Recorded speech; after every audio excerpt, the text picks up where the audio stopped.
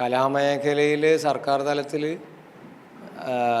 വിവരണാതീതമായ മാറ്റമുണ്ടായി എന്ന് തന്നെ പറയേണ്ടിയിരിക്കുന്നു. കാരണം കഴിഞ്ഞ കുറച്ച് കാലങ്ങളായിട്ട് എല്ലാ വിഷയങ്ങളെപ്പോലെ തന്നെ വളരെ പ്രാധാന്യത്തോടെ നോക്കിക്കാണുന്ന വിഷയമായി കലാപഠനം വന്നിട്ടുണ്ട്.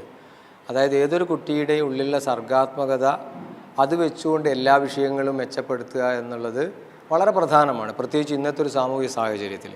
അതിന് കേരള സർക്കാർ വിദ്യാഭ്യാസ വകുപ്പ് മുന്നോട്ട് വെച്ചിരിക്കുന്ന അത്ഭുതാവഹമായ വളർച്ച നമ്മളൊന്ന് നോക്കിക്കാണുന്നതാണ് ഈ അധ്യാപക സമൂഹത്തിന്, ബാക്കി ഈ പൊതുസമൂഹത്തിനോട് പറയാനുള്ളത്. നമ്മുടെ കുട്ടികളിൽ സർഗവാസനയുടെ വളർച്ചയ്ക്ക് ഏറ്റവും ഡെഡിക്കേറ്റഡ് ആയിട്ടുള്ള ആളുകൾ ചേർന്ന് CCRTയിലും NCERTയിലും ഒക്കെ തയ്യാറാക്കിയ പുസ്തകങ്ങളുടെ പ്രിൻ്റ് ഔട്ട് ഇപ്പോൾ ടെക്സ്റ്റ് ബുക്കുകളായിട്ട് കേരള സർക്കാർ ഇറക്കിക്കഴിഞ്ഞു.